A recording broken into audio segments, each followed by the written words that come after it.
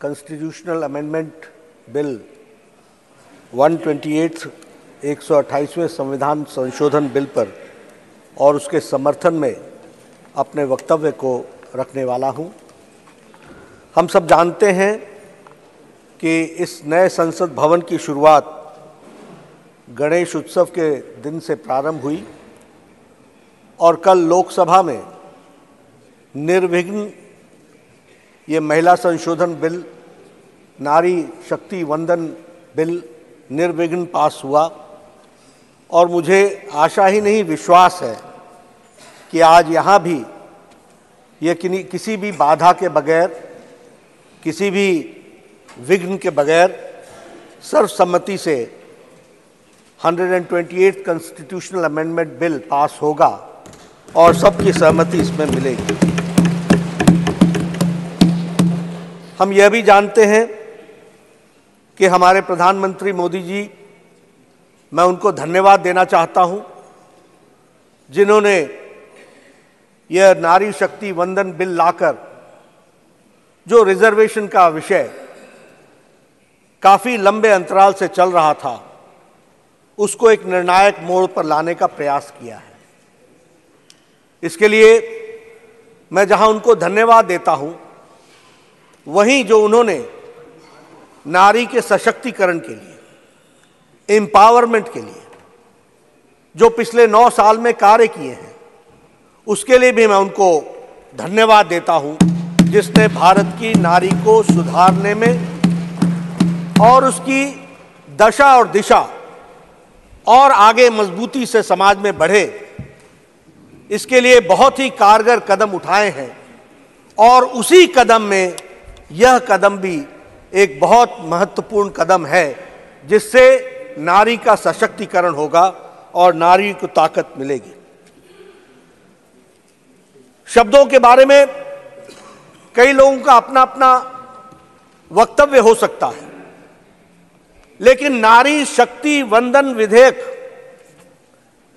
ये नारी शक्ति वंदन, यह शब्दावली ही अपने आप में हमारी सरकार की, हमारे प्रधानमंत्री जी की और हमारे समाज में महिलाओं को देखने के दृष्टिकोण को स्पष्ट करता है और एक दिशा देता है।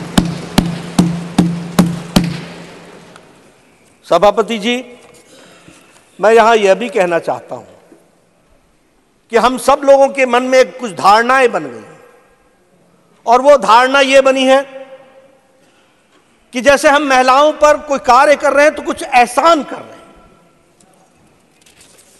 अगर हमने महिलाओं के सशक्तिकरण के लिए कुछ किया तो हम कुछ ऑब्लाइज कर रहे हैं। मैं यहां स्पष्ट करना चाहता हूं कि भारत की संस्कृति में महिलाओं का बहुत बड़ा स्थान रहा है। यह हमारा और आपका नहीं, ये हमारे पूर्वजों ने, हमारी संस्कृति ने महिलाओं को जिस तरीके से समाज में प्रतिस्थापित किया, वह बताता है कि हमेशा ही हमारी संस्कृति में महिलाओं का स्थान उज्जवल रहा है। इसलिए वो पिछड़े हैं, वो असहाय हैं, वो अबला नारी, ये शब्दावली हमारी नहीं रही है और हमने नारी को शक्ति के रूप में देखा, देवी के रूप में देखा और समाज को दृष्टि देने वाली। और इसीलिए प्रधानमंत्री जी जब कहते हैं विमेन एम्पावरमेंट, तो वो हमेशा विमेन लेड डेवलपमेंट की बात करते हैं। और उन्होंने G20 में भी दुनिया को बताया that it is not only women empowerment, it is a women led development.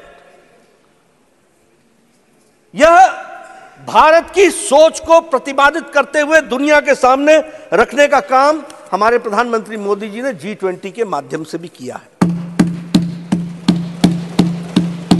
मैं जब भारतीय संस्कृति की बात करता हूं, तो भारतीय संस्कृति में नारी का स्थान अगर हम देखें तो आर्थिक स्वायत्तता में हमेशा उसका स्थान रहा। उसके सामाजिक जीवन में आर्थिक स्वायत्तता रही। अध्यात्म से लेकर अध्यापन तक नारी का विशेष योगदान रहा है और अगर हम हड़प्पन काल की भी बात करें तो वो जो कांस्य की मूर्ति डांसिंग गर्ल है, वह बताता है कि हमारे समाज में महिलाओं को कितनी स्वतंत्रता थी और कितना इंडिपेंडेंस था, यह भी उसमें से दर्शाता है। यह दीगर बात है कि कुछ हमारे, जब हम गुलामी के काल से गुजरे, मेडिवल पीरियड से गुजरे, तो उस समय पर्दा सिस्टम से लेकर के महिलाओं का जरूर कुछ जो उत्थान का स्थान था उसमें कमी आई, लेकिन भारतीय संस्कृति में उसे हमेशा ऊर्जा का स्थान दिया गया, देवी का स्थान दिया गया, शक्ति के रूप में देखा गया। और हमारे यहां शब्दावली भी वैसी है, गौरी शंकर, गिरजा शंकर, भवानी शंकर, सीताराम, राधे श्याम। अब हमको दुनिया समझाए लेडीज फर्स्ट, ये हमारे साथ एक तरीके से मजाक नहीं तो और क्या है। हमारी संस्कृति को समझने की आवश्यकता है। और वैदिक काल में भी विदुषियों की कोई कमी नहीं थी। वैदिक काल में भी अगर हम देखें तो अगर जब शास्त्रार्थ आदि शंकराचार्य जी के साथ जब मंडन मिश्र जी का हुआ, तो आप जानते हैं उसमें न्यायाधीश कौन था? उसमें न्यायाधीश मंडन मिश्रा जी की पत्नी उभय भारती थी। यह भी हमको ध्यान में रखना चाहिए।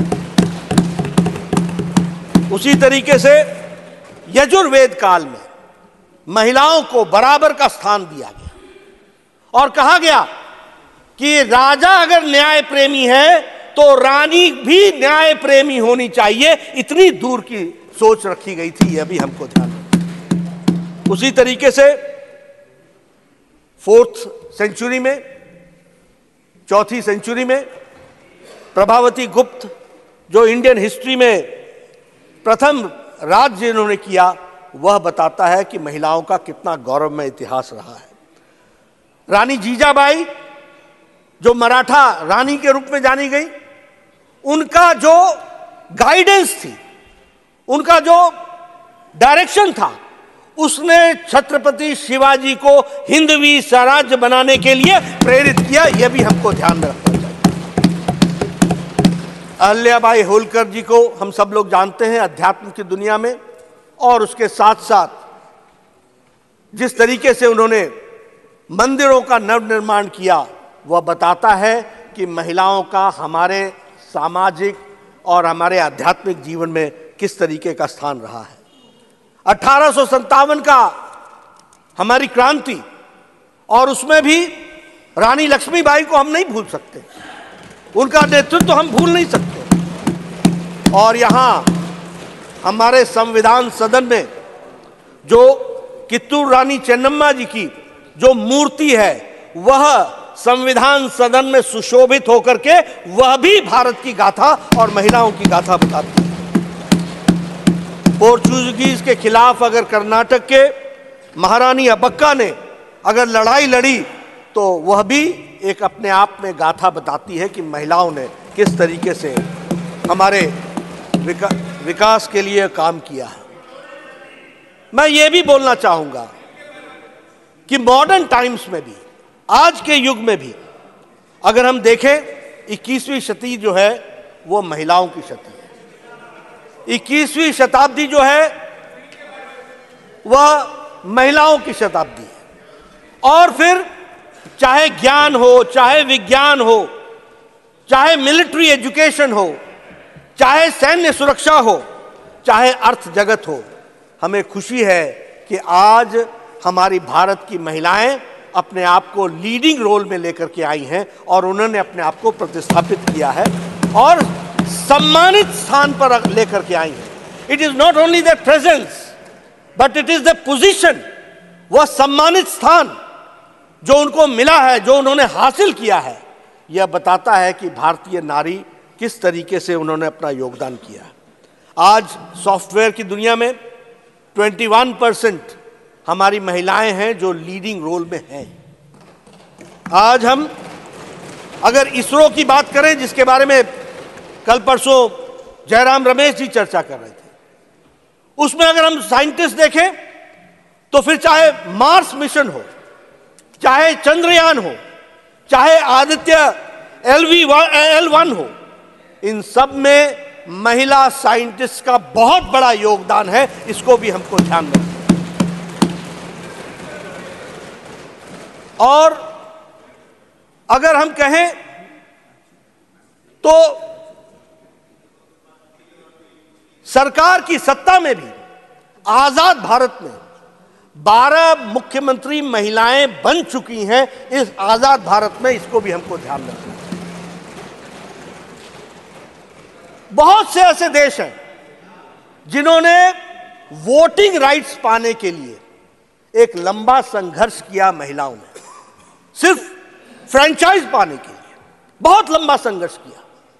किसी ने आधी शताब्दी तक संघर्ष किया, किसी ने पूर्ण शताब्दी तक संघर्ष किया, लेकिन यह हमारा सौभाग्य था कि हमको फर्स्ट जनरल इलेक्शन में महिलाओं को बराबर का स्थान दिया गया। यह हमारी सोच दर्शाती है। और ऐसा नहीं है, सबका योगदान है। 1931 में सरोजिनी नायडू जी ने ब्रिटिश प्राइम मिनिस्टर को चिट्ठी लिखी थी और उसमें कहा था कि हमें फ्रेंचाइज मिलना चाहिए, और उस उन्होंने वाक्य लिखा था, we do not want to be nominated, we want to be elected.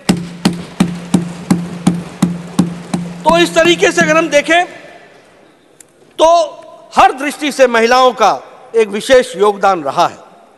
और हमें यह भी सौभाग्य है कि बहुत देशों से पहले हमें प्रधानमंत्री भी महिला इस देश को बहुत पहले मिल गई, कई अन्य देशों से पहले। इसलिए हमारा नजरिया बेचारा, अबला, बेचारी नारी ऐसा कभी नहीं रहा।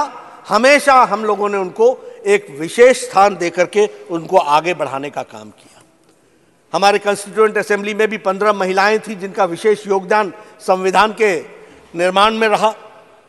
और आज हमारे 102 एमपीज हैं यहां पर महिलाएं, जो अपने सशक्तिकरण के कारण दे आर इलेक्टेड, और वो इलेक्ट होकर के आई हैं। यह भी हमको बताता है कि महिलाओं ने किस तरीके से, फिर चाहे वो पॉलिटिक्स हो, स्पोर्ट्स हो, इकोनॉमी हो, एविएशन हो, एंटरप्रेन्योरशिप हो, सब में नारियों ने अपना योगदान किया है। इसलिए जब हम नारी शक्ति वंदन विधेयक को लाकर उनको हम सशक्तिकरण कर रहे हैं, तो यह उनके ऊपर हम एहसान नहीं कर रहे, ये उनका सम्मान है, ये उनका सशक्तिकरण है, ये उनकी सहभागिता को बढ़ाने का कार्य है। यह हमको ध्यान में रखना चाहिए। मैं यहां यह भी कहना चाहता हूं कि कुछ धारणाएं हम बदल दें, और ये मैं अपने आधार पर नहीं कह रहा हूं, रिसर्च के आधार पर कह रहा हूं। रिसर्च ने यह बताया है कि महिलाओं की सेंसिटिविटी ज्यादा है। रिसर्च ने यह भी बताया है कि महिलाओं की सेंसिटिविटी वाले विषयों पर डिसीजन मेकिंग कैपेसिटी ज्यादा तेज है और ज्यादा फास्ट है। मुझे याद है 1993 में मैं पहली बार विधायक बनकर के बीजेपी ग्रुप का नेता बना था। उस समय पंचायतों में रिजर्वेशन हुआ था विमेन का, और जब हम समाज में घूमते थे तो पता नहीं पुरुष प्रधान समाज क्या क्या बातें करता था। ये कुछ नहीं कर सकेंगी, ये तो पता नहीं सरकार ने क्या सोच लिया है, ऐसे थोड़ी ना काम चलता है, ये क्या जाने। इस तरह की बातें हमको सुनने को मिली थी। मैं इसका फर्स्ट हैंड विटनेस हूं। लेकिन महिलाओं को पंचायत में बराबर का स्थान मिला। और मैं आपको बताना चाहता हूं कि अब रिसर्च ये बताती है कि women are more accessible than men as a public representative. अब ये रिसर्च बताती है कि कलेक्टिवली नशा के खिलाफ महिलाओं ने आवाज उठाई है। अब यह बताती है कि the corruption level is less where there are women representative. यह भी बात समझ करके, मैं पुरुषों के खिलाफ नहीं बोल रहा हूं, इसको अन्यथा ना लीजिएगा। लेकिन जो रिसर्च की दृष्टि से अभी यूनाइटेड नेशंस की एक रिसर्च आई है, और यूनाइटेड नेशंस की रिसर्च ने यह कहा कि वाटर स्कैर्सिटी में काम करने में और वाटर स्कैर्सिटी को दूर करने में महिलाओं के नेतृत्व में 62% ज्यादा काम हुआ है इस तरीके की रिसर्च में। इसलिए उनकी कैपेसिटी, और आप तो जानते ही हैं कि महिलाएं घर चलाती हैं, इसलिए बजट का भी जितना उनको ज्ञान होता है और जितनी सेंसिटिविटी होती है वो हम सबको मालूम है, अपने घरों में भी हम सबने देखा। इसलिए उनकी capacity, decision making, financial sense, इसको हमको अप्रिशिएट करना चाहिए और उसको भी हमको ध्यान में रखना चाहिए। मैं यहां यह भी कहना चाहूंगा कि नेशनल पर्सपेक्टिव प्लान के तहत जब हम लोगों ने काम शुरू किया तो उसमें आज लगभग 14 लाख से ज्यादा महिलाओं का पंचायती लेवल पर रिप्रेजेंटेशन है ऑन डिफरेंट लेवल्स, और ये एक कंटिन्यूअस प्रोसेस को, ग्रोथ को आगे बढ़ाने का काम किया, सब लोगों के योगदान से हुआ। और एक लंबी जर्नी, अब जब लंबी जर्नी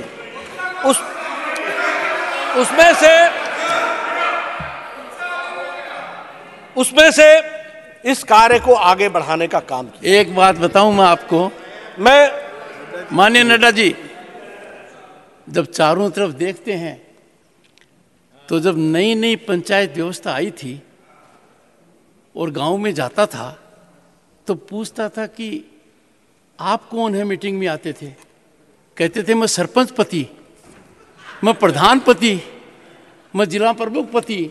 ये कल्चर चालू हुआ था, वो कल्चर अब खत्म हो गया है जी, and that you can see all around. Yes,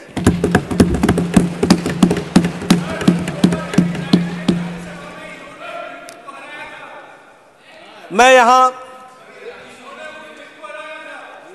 यहां यह भी कहना चाहता हूं कि कुछ इस तरह की चर्चा भी हुई कि इस बिल को अभी से लागू कर दो।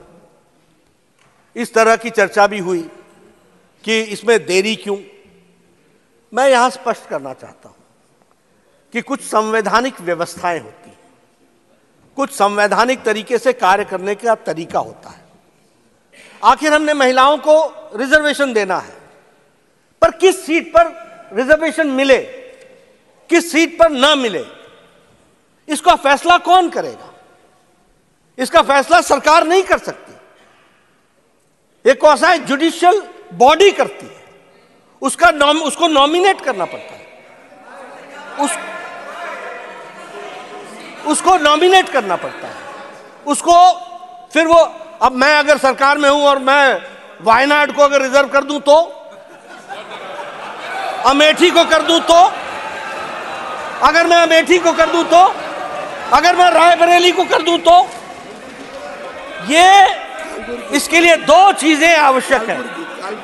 कालबुर्गी को कर दूं तो, इसके लिए दो चीजें आवश्यक है। पहला कि सेंसस हो, जनसंख्या हमारे सामने आए, और उसके साथ साथ फिर public hearing, quasi judicial body के माध्यम से पब्लिक हियरिंग हो, सीट्स निकाली जाए, नंबर निकाला जाए, और उसको निकालने के बाद उसको आगे बढ़ाया जाए। मैं यहां यह भी कहना चाहूंगा कि कुछ लोग कह रहे हैं कि सीटों में आप बढ़ा दोगे। अरे सीटें अगर बढ़ेंगी तो 33% भी तो बढ़ करके आएगा। इतना तो सिंपल मैथमेटिक्स समझना चाहिए। 33% तो बढ़ी हुई सीटों का भी होगा, आपको उसमें भी स्थान मिलेगा। इसलिए नियम कानून से हम ये मानते हैं कि आज अगर आप बिल पास करते हो तो 2029 में महिला आरक्षित महिलाएं हमारी एमपी बन करके आ जाएंगी, ये बात पक्की है। लेकिन अगर आप आज पास नहीं करते हो तो 2029 में भी नहीं आना, यह भी तय है। इसको भी हमको समझ लेना चाहिए।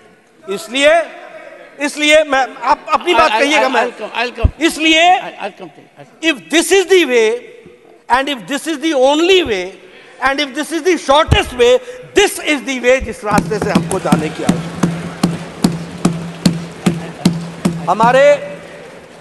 हमारे आज भारतीय जनता पार्टी के दृष्टि से मैं आपके सामने ये बात कहना चाहूंगा कि honourable leader of the opposition wants to intervene for a minute.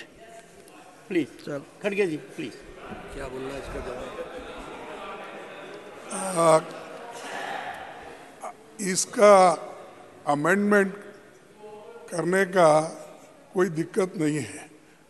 ये आप अब करने का तो ये 31 को डाल रहे हैं। इसका मकसद क्या है कि बिल ऐसा ही चले। नहीं, आप ही ने कहा 29 के बाद ये सब 29 को नहीं। मैं सर, जब पंचायत में रिजर्वेशन के लिए होता है, जिला पंचायत का होता है, तो ये वुमन रिजर्वेशन का क्यों नहीं होता? आज करो। और मैं एक कबीर का दुआ सुनाता हूँ, कल करने का आज करो, आज करने का अब करो, और फिर तो पल में प्रलय होगा तो फिर करेंगे कब? पल में प्रलय होगा तो फिर करेंगे कब? मिस्टर नड्डा, तो इसीलिए आप आज कीजिए, वी आर रेडी। वो इलीगल नहीं होता, जुडिशरी नहीं होता, कुछ नहीं। एक मैं यहाँ ऑनरेबल मेंबर्स, वन सेकंड सभापति जी, honourable members, one second please सभापति जी, ऑनरेबल मेंबर्स, सभापति जी, one second, sir. We are the upper house. We are the house of elders. If there is a reflection that there is a legal working mechanism, a constitutional process, then rather than play the other way around, we have to look into the real legality of it. And he is focusing on legality of it. Please go ahead, sir. सभापति जी, मैं यहाँ एक बात स्पष्ट करना चाहता हूँ। Bharatiya Janata party का इंटेंशन कोई अपने आप को स्कोर करने का नहीं है, कोई पॉलिटिकल एडवांटेज लेने का नहीं है। हमारा उद्देश्य महिलाओं का सही मायने में सशक्तिकरण करने का है। अगर हमको पॉलिटिकल एडवांटेज लेना होता तो हम कह देते हम अभी कर लेंगे। जो काम नहीं हो सकता, मैंने कहा this is the only way and this is the shortest way and this is the correct way, that we have to understand. ऐसा है आप लोगों ने ये जो नो कर रहे हैं ना, इसीलिए आपको उधर बैठा दिया, क्योंकि शासन करने नहीं आया। 20 साल से कोशिश करते, अगर शासन करने आता तो अगर आपको ये मालूम होता कि कुछ नियम कानून भी चीज है। अब no, I am not going to yield, no I am not going to, no I am not going to, no sir, please, no sir, please खड़गे ji, no please, he is not yielding, he is not yielding. तो मैं ये बोल रहा हूं, he is not yielding, no, he is not yielding. I gave you time when he yielded. He is not yielding. मैं Please ये बोल continue. रहा था कि Please continue. No, nothing will go on record except what Mr. Nanda. Nothing will go on record. Venugopal बैठ जाओ यार। No, he is not yielding. No. ऐसा है, खड़गे जी, मैंने please, फिर please. कहा, मैं फिर कहता हूं कि सरकारें नियम कानून से चलती हैं और नियम कानून के कुछ लिमिटेशंस होते हैं। हम जो मोदी जी जो काम करते हैं वो पक्का काम करते हैं, कच्चा नहीं करते, और इसीलिए पक्के तरीके से महिलाओं का सशक्तिकरण किया जा रहा है। मैं फिर आपसे बोलूंगा, मैं यहां यह बताना चाहता हूं कि भारतीय जनता पार्टी के अध्यक्ष के रूप में मैं यहां यह भी स्पष्ट करना चाहता हूं कि भारतीय जनता पार्टी हमेशा महिलाओं को स्थान देने में हमेशा अग्रसर रही है। आज अगर लोकसभा में हमारे 42 एमपी हैं, राज्यसभा में 14 एमपी हैं, हमारे सेंट्रल मिनिस्टर्स 10 महिलाएं हैं, और हमारे यहां हम पहली पार्टी हैं और अकेली पार्टी हैं जो संवैधानिक तौर पर 33% आरक्षण महिलाओं को देते हैं हर समिति में। Every committee, right from national committee to the booth committee, in every committee 33% women representation होता है। और हम सबको मालूम है कि मोदी जी के नेतृत्व में first foreign minister madam Sushma Swaraj, first finance minister Nirmala Sitharaman ji, first defence minister हमारी निर्मला सीतारमण जी, और first women member in the cabinet committee on security, इसमें भी फर्स्ट विमेन मंत्री। यानी हम लोगों ने, प्रधानमंत्री जी ने किस तरीके से महिलाओं का सशक्तिकरण किया है, यह बात हमारे सामने में आती है। वो तो मैंने आपको मैंने पहले ही बोल दिया, मैं नहीं बोला।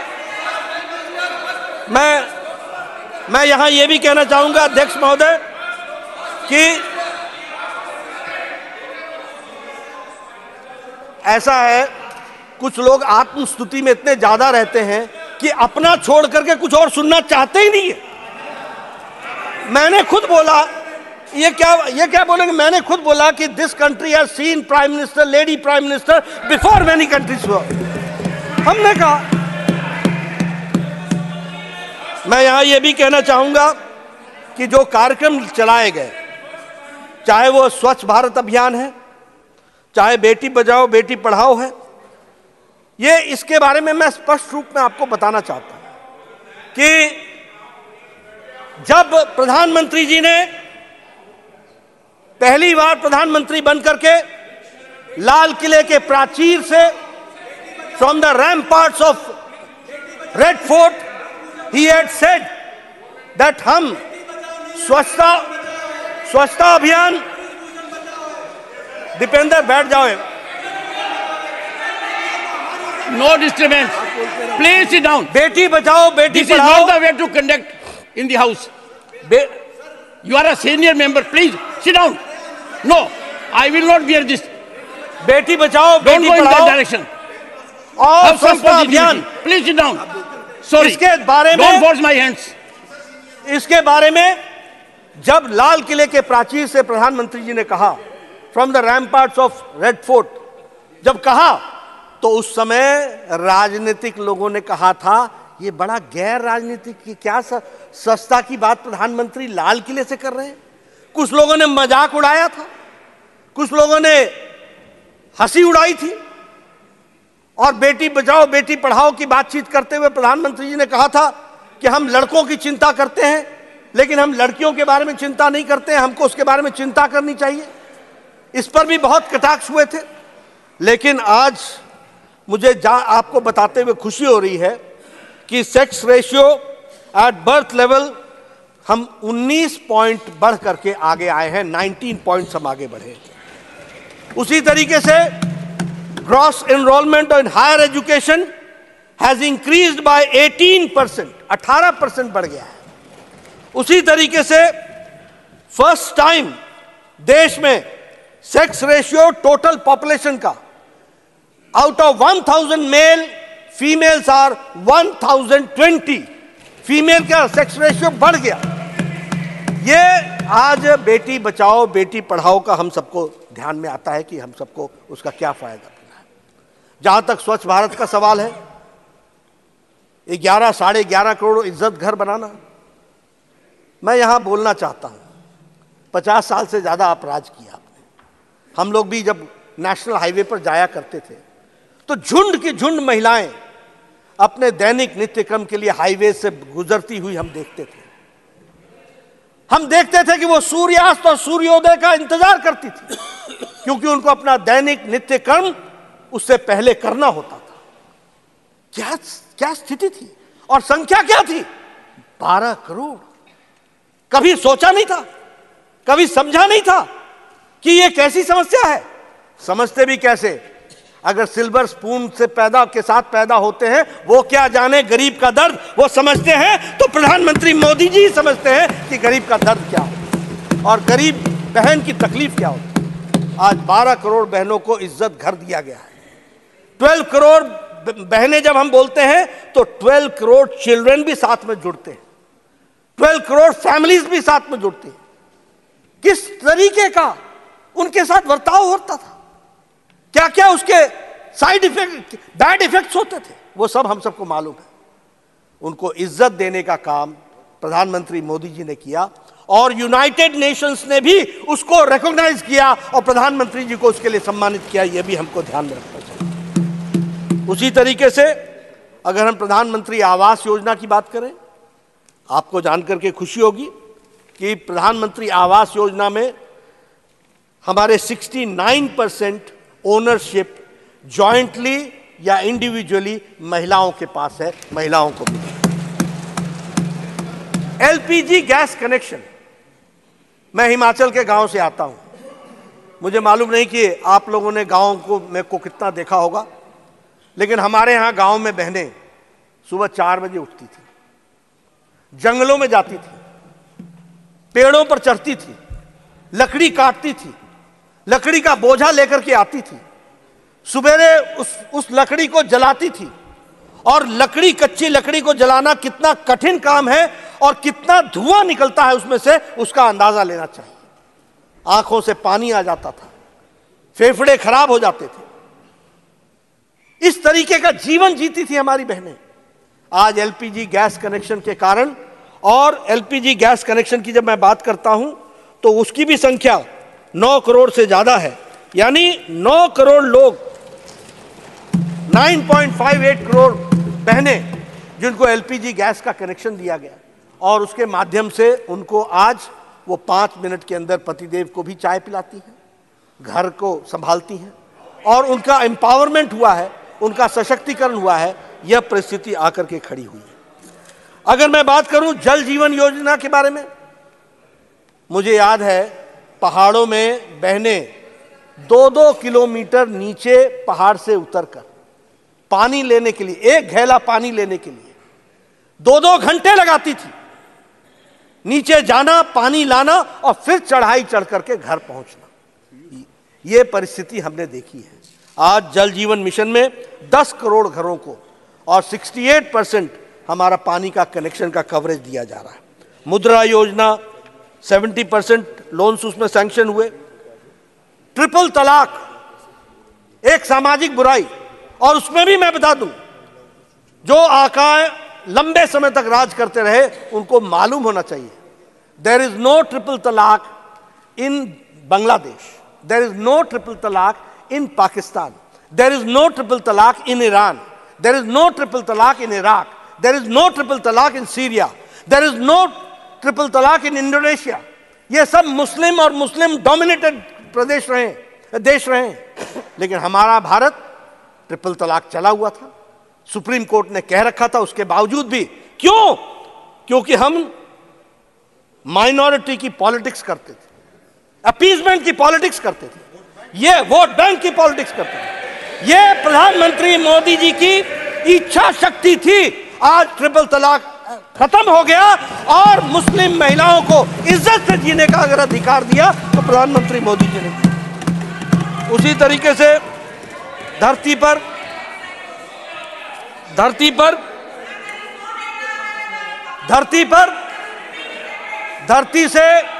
धरती से चंद्रयान को साउथ पोल पर लैंड करने वाले स्थान को भी प्रधानमंत्री मोदी जी ने शिव शक्ति के नाम से पहचाना। वहां भी शक्ति महिलाओं को जोड़ने का और उसकी बात को कहा गया है।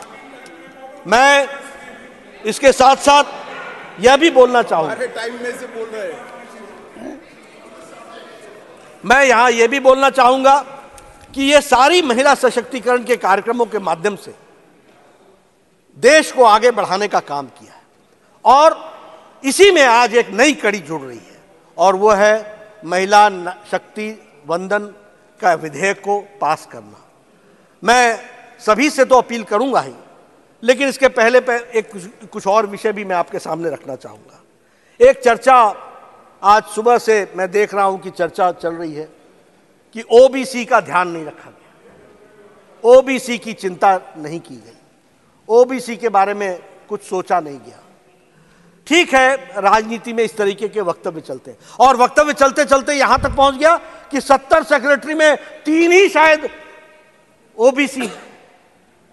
अब मैं इसमें सिर्फ ज्ञानवर्धन करना चाहूंगा, कि काका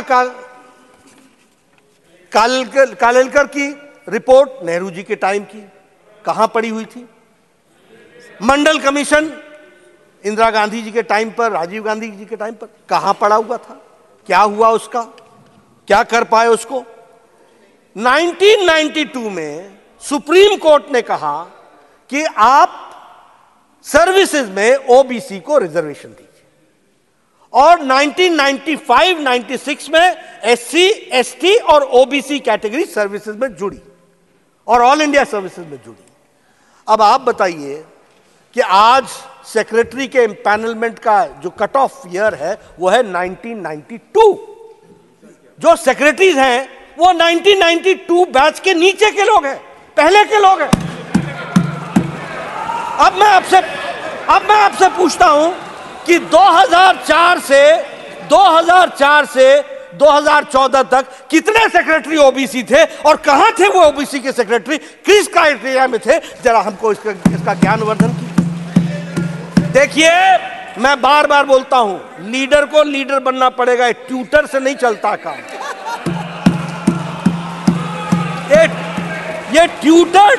ये ट्यूटर्ड स्टेटमेंट से नहीं चलता है काम, और वह भी ट्यूटर अगर कोई लीडर हो तो भी समझ में आता है। ये एनजीओ को लेकर के आ जाते हो, जिन एनजीओ को जिनको आता न पता न सता, कोई चीज जानकारी नहीं, वो आपको समझाते हैं और आप बोल करके सोचो I was shocked and shattered and shocked. अरे भाई, शौक तो लगना ही था, जब पढ़ना ही नहीं पूरा तो शौक ही लगेगा, और क्या होगा? ये परिस्थिति आकर के खड़ी होती है।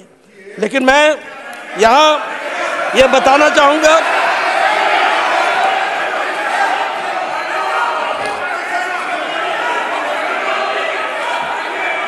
इस देश को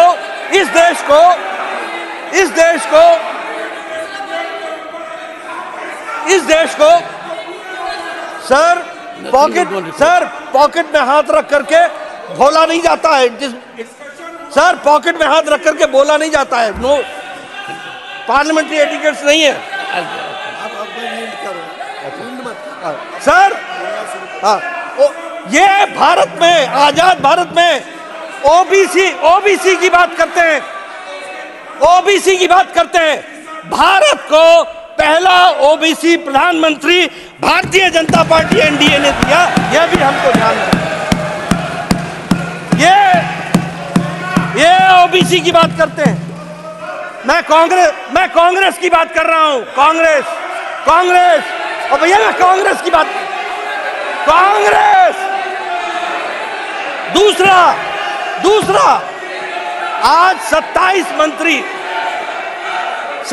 मंत्री ओबीसी के हैं, 27 मंत्री, और हमारे एमपीज। मैं सर कांग्रेस की बात कर रहा हूं, उनकी बात नहीं कर रहा हूं। देवेगौड़ा जी हमारे हैं।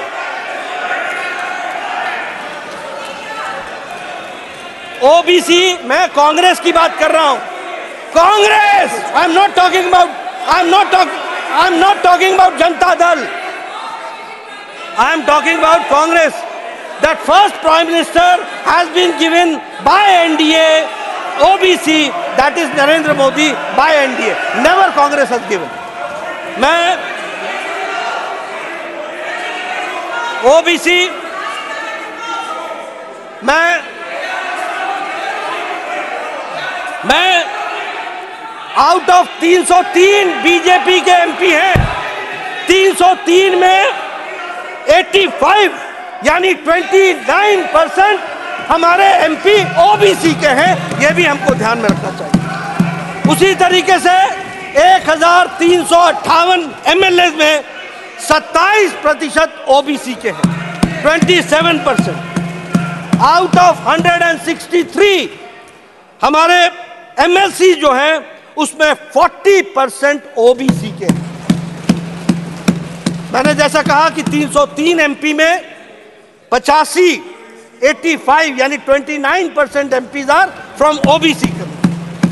Out of 1358 MLAs we have 27% OBC, and I repeat that among the MLCs 163 हमारे एमएलसीज हैं, जिसमें से 40% ओबीसी है। यह भी हमको ध्यान में रखना। इसलिए अगर कहा जाए, फिर मैं बोल रहा हूं, कांग्रेस की बात कर रहा हूं, कांग्रेस के जितने एमपी हैं उससे ज्यादा तो हमारे ओबीसी एमपी हैं। यह भी हमको ध्यान रखना चाहिए, यह भी हमको ध्यान रखना चाहिए। इसलिए ये और देखिए हाँ है?